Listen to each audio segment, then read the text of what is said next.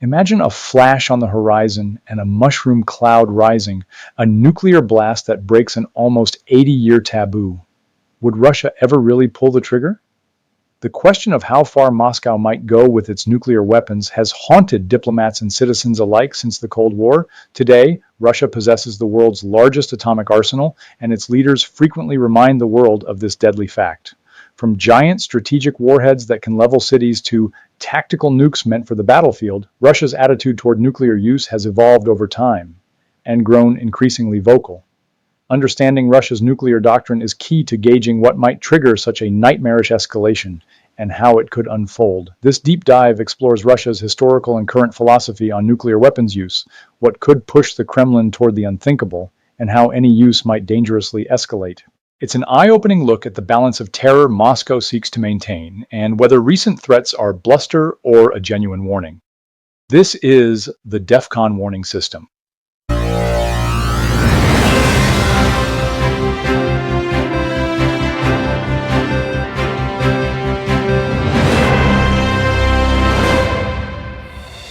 Welcome to the DEFCON Warning System's Wednesday's Deep Dive, where we take an in-depth look at a subject vital to understanding today's nuclear threat.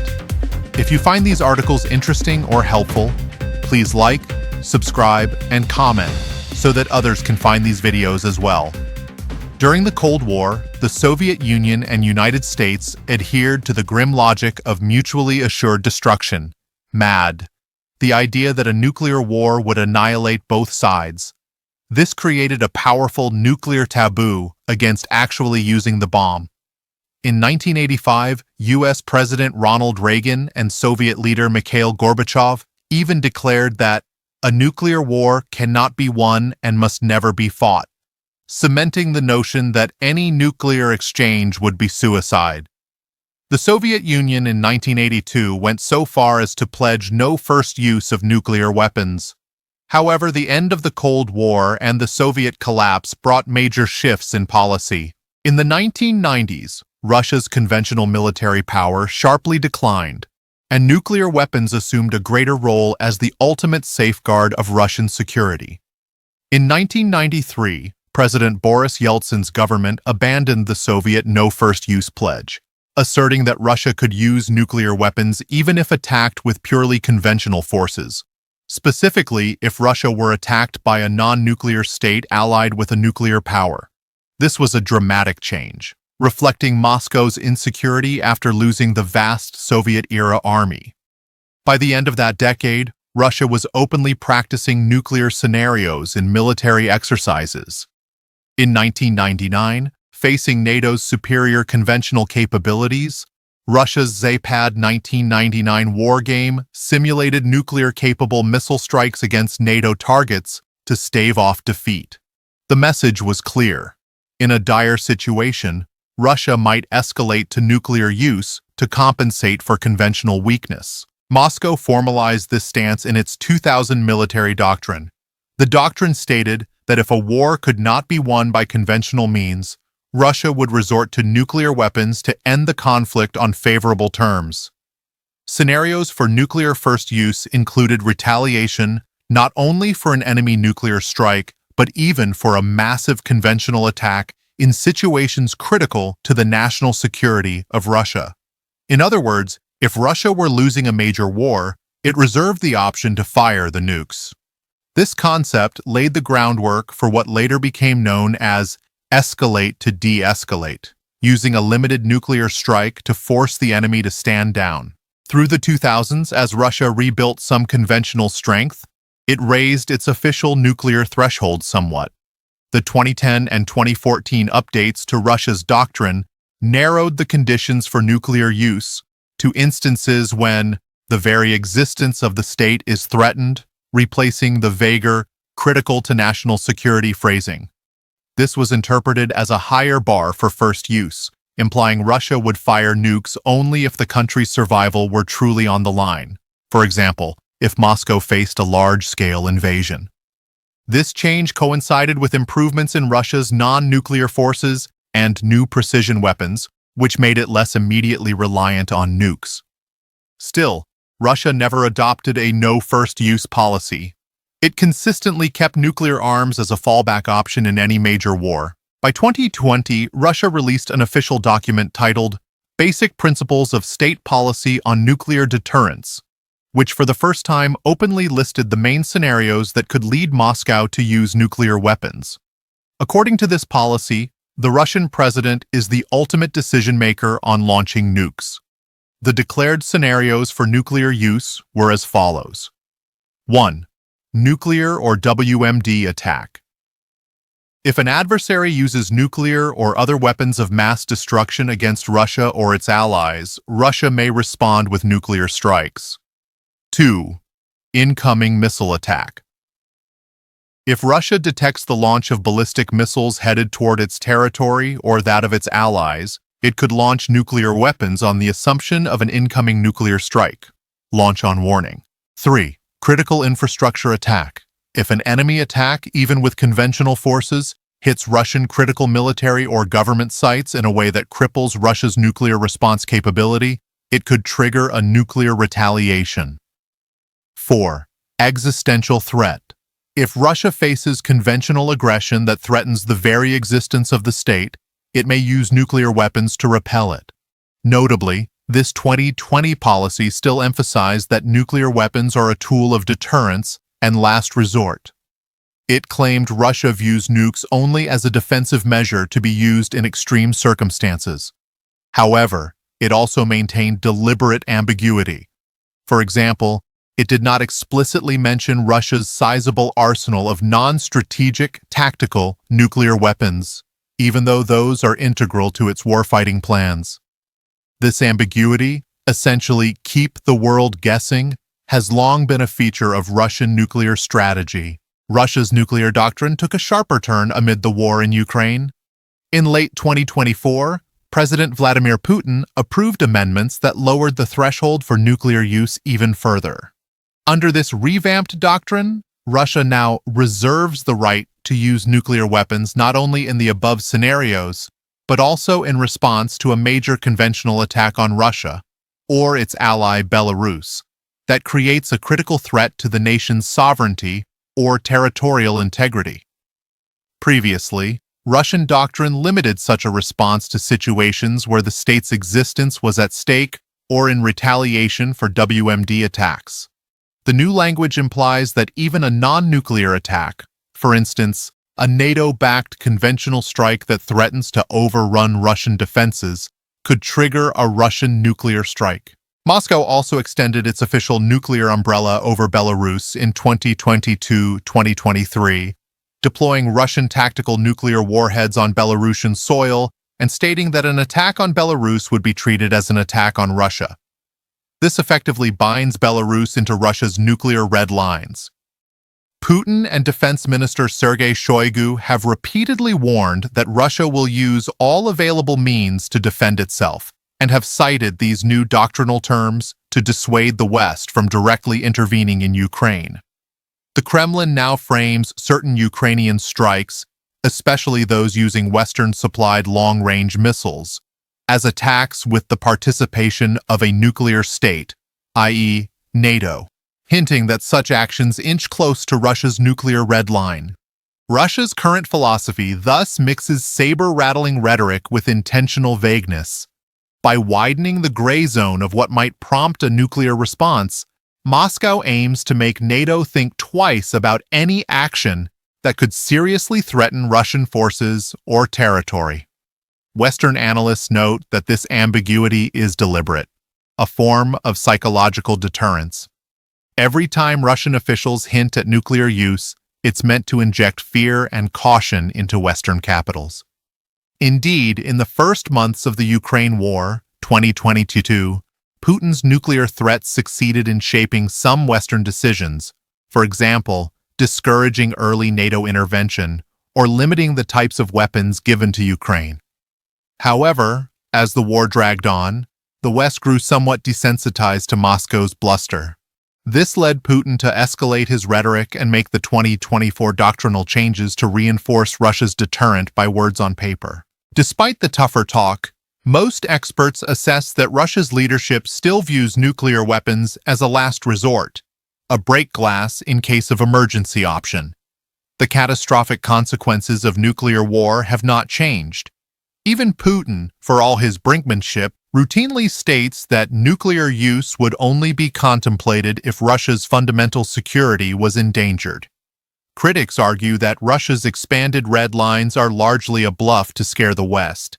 As former U.S. Ambassador Stephen Pfeiffer observes, launching a nuclear strike in response to a limited conventional attack would be fraught with political and military peril for Russia, likely alienating even friendly powers like China and India. In short, Russia's philosophy is to deter by fear, reminding the world it could go nuclear, while hoping it never has to actually cross that Rubicon. Russia's nuclear forces span strategic weapons, high-yield warheads on intercontinental missiles and long-range bombers meant to destroy entire cities or enemy nuclear forces, and tactical, non-strategic weapons, which are lower-yield warheads deployable on shorter-range delivery systems for battlefield use. The label tactical can be misleading, however. These smaller bombs are still extraordinarily destructive. Many of Russia's tactical nukes are dial-a-yield designs that can be adjusted from sub-kiloton blasts up to tens of kilotons. For instance, an Iskander-M short-range ballistic missile can carry a warhead of about 5 to 50 kilotons, and air-dropped bombs for fighter jets might be in the 10-20 KT range. By comparison, the atomic bomb that obliterated Hiroshima in 1945 was matter 15 kilotons. Some tactical warheads in Russia's arsenal can even reach 100-300 KT, far bigger than Hiroshima, though most are believed to be kept at lower yields for more localized effects. In practical terms, even a small 10 KT nuclear explosion could devastate several square miles of a city or battlefield, killing tens of thousands. The nuclear blast, heat, and radiation from any such device would eclipse conventional weapons in destructive power. Given this potency, what makes a weapon tactical is not its lethality, but its intended use. Strategic nukes are meant to annihilate the enemy's homeland or nuclear forces from afar, e.g., a Russian ICBM striking New York or a U.S. Trident missile striking Moscow. Tactical nukes, by contrast, are meant for more limited aims on the battlefield, such as wiping out a large troop formation, aircraft carrier, or supply hub, without, in theory, triggering full nuclear war. During the Cold War, the Soviet Union amassed thousands of tactical warheads to offset NATO's conventional military strength in Europe. The idea was that if NATO forces ever overwhelmed Soviet defenses, Moscow could fire a few smaller nukes to halt their advance. Today, Russian military writings often speak of using tactical nuclear strikes to escalate to de-escalate a conflict. In plain terms, this means escalating a conventional war by using a nuclear weapon in order to de-escalate, i.e., shock the adversary into backing down. The Kremlin envisions, for example, detonating a single low-yield nuclear blast against a critical military target, such as a NATO airbase or carrier strike group, to demonstrate resolve and impose unbearable costs on the enemy. The hope is that NATO, faced with the sudden horror of nuclear warfare, would choose to cease hostilities rather than risk further atomic exchanges. To support this doctrine, Russia has maintained a large and diverse inventory of non-strategic nuclear weapons. Western intelligence estimates Russia holds roughly 1,000 to 2,000 tactical warheads in storage, ready to be deployed on various delivery systems.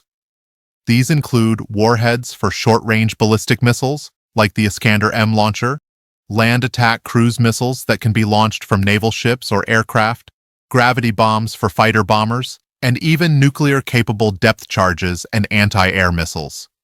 During Soviet times, there were even nuclear artillery shells and landmines. While many older systems were retired, Russia today still fields modern equivalents and dual-use weapons that can carry either a nuclear or conventional payload. This arsenal greatly outnumbers NATO's tactical nuclear forces. The United States, for instance, keeps an estimated 100 B-61 nuclear gravity bombs in Europe, at air bases in 5 NATO countries, for potential use by NATO aircraft. Britain and France have only strategic warheads. In effect, Russia enjoys a 17.1 advantage or greater in tactical nukes in the European theater, as illustrated in the figure above. This disparity has drawn concern, as it might embolden Russian planners to consider limited nuclear use in a regional war, believing NATO's response options are constrained. Russia has also taken steps to forward deploy some tactical nukes for added leverage. In 2023, Putin announced that Russian nuclear warheads would be placed in Belarus, closer to NATO borders. Sure enough, sites in Belarus were prepared to store Iskander missile warheads and aerial bombs. Exercises in 2022-2024 saw Russian units near Europe practicing the procedures for transporting and mating nuclear warheads to their launch systems. These moves aim to shorten the reaction time for Russian nuclear strikes in a conflict, a form of pressure on NATO. It signals that Russia could quickly employ a tactical nuke if it chose, leaving NATO little time to react or interdict. From Moscow's perspective, this strengthens deterrence by presenting a credible threat. At the same time, Russian officials insist that nuclear weapons would only be used in extreme cases.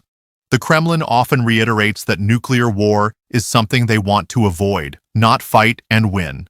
The troubling question is whether Russia's leadership might one day judge an extreme case to have arrived, for example, a NATO intervention in Ukraine or a disastrous battlefield loss, and thus feel justified in breaking the nuclear taboo. Under what circumstances would Russia actually cross the line to use a nuclear weapon? Based on its doctrine and hints from officials, several potential triggers stand out. Existential threat to the state. This is the core scenario where Russia has consistently said it would resort to nukes. If a conventional war put the survival of the Russian state in peril, for instance, if NATO forces were on the verge of overrunning Moscow or toppling the government, Russia might use nuclear weapons to stave off defeat. In Putin's rhetoric, he often frames major conflicts as threats to Russia's very existence, implicitly reminding the world that if Russia is pushed to the brink, it could go nuclear rather than capitulate.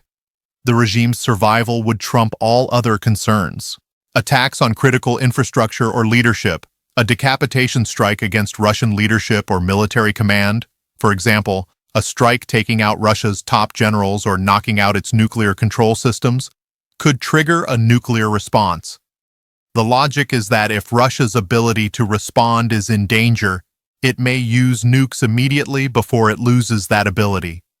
Russia's early warning systems detecting an incoming nuclear missile also fit this category.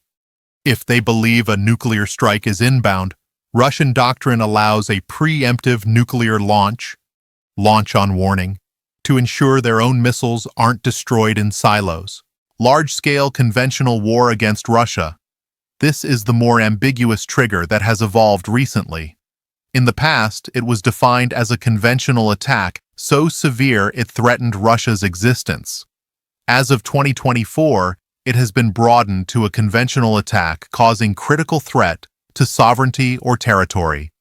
Examples might include NATO invading a Russian ally like Belarus, or NATO air forces massively bombing Russian troops.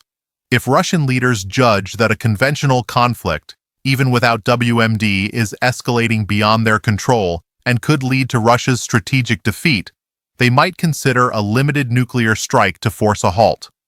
This is essentially the escalate to de-escalate scenario. Notably, Putin has pointed to Western involvement in Ukraine, such as providing long-range weapons to attack Crimea or Russian cities, as something that might cross a line. In September 2022, amid battlefield setbacks, Putin warned he would use all weapons available to defend Russia's territorial integrity and said, "This is not a bluff." Such statements indicate that if Putin truly believed Russia, or his hold on power, was about to collapse due to a military defeat, the nuclear option would be on the table. Demonstration or warning shot. Some experts theorize Russia might employ a nuclear detonation as a warning shot. For example, a high-altitude burst or a blast over an unpopulated area, to signal utmost seriousness without mass casualties. This would be intended to show we mean business and pressure the enemy to back down. Russian war games have included the idea of a demonstration strike. While not explicitly in Doctrine, this could be a political decision in a crisis, especially if Putin wanted to frighten adversaries, yet avoid immediate full-scale war. Even a demonstration blast, however, risks uncontrollable escalation, accidents or miscalculation. Beyond deliberate policy, there's always the danger of an accident or false alarm. A radar glitch might mistakenly warn of incoming missiles, or a local commander under intense pressure might use a tactical nuke without clear orders. The Cold War had several close calls where technical errors nearly led to launch. Russia's command and control system, including the Cheget nuclear briefcase Putin carries, is supposed to prevent unauthorized launches. But in the fog of war, especially if communications break down, the probability of miscalculation rises. This is a wildcard scenario, not intended by policy, but possible if things spiral out of control. In summary, Russia might be tipped toward nuclear use if facing military disaster or a threat that Putin deems existential. The war in Ukraine has tested these red lines. For instance, when Western nations floated the idea of helping Ukraine retake Crimea, which Russia claims as its own, Putin hinted at nuclear retaliation by calling Crimea sacred and saying he would use all means to defend it. So far, Russia has held off actual nuclear use in Ukraine, likely because none of the triggers, like direct NATO intervention, fully materialized, and the costs still outweigh any gains. But the world watches every twist of that conflict nervously, knowing that if Putin feels cornered enough, the unthinkable could potentially happen. Any Russian use of a nuclear weapon, even a so-called limited tactical strike, carries a grave risk of escalation beyond anyone's control. Once the nuclear threshold is crossed, the world enters territory unseen since 1945. As NATO officials have warned, crossing the nuclear threshold would fundamentally change the nature of the war. The post-World War II taboo on nukes would be shattered. Even if Russia's initial use was a one-off, say a single low-yield bomb against a military target, the immediate question would be, what next? Western leaders have made clear there would be serious consequences for any nuclear use. However, they have deliberately kept ambiguity about what those consequences would be, to keep Russia guessing. Most experts believe NATO's first response to a tactical nuke would be conventional, not nuclear, in order to punish Russia while trying to avoid all-out nuclear war. For example, NATO might respond by directly intervening with overwhelming conventional force, launching airstrikes to wipe out the Russian unit that used the nuke, or sinking the ship submarine that launched it. The US could also lead massive cyber attacks or other non-nuclear measures to cripple Russia's military. The aim would be to make Russia pay a heavy price, but without immediately firing nuclear weapons back, in hopes that the conflict could be contained at a lower level. However, there is no guarantee that nuclear conflict could remain limited. If Russia felt further conventional punishment would threaten its forces or territory, it might respond with a second nuclear strike, perhaps a larger one. Each side would be under pressure to deter the other from escalating, which could perversely mean they themselves escalate.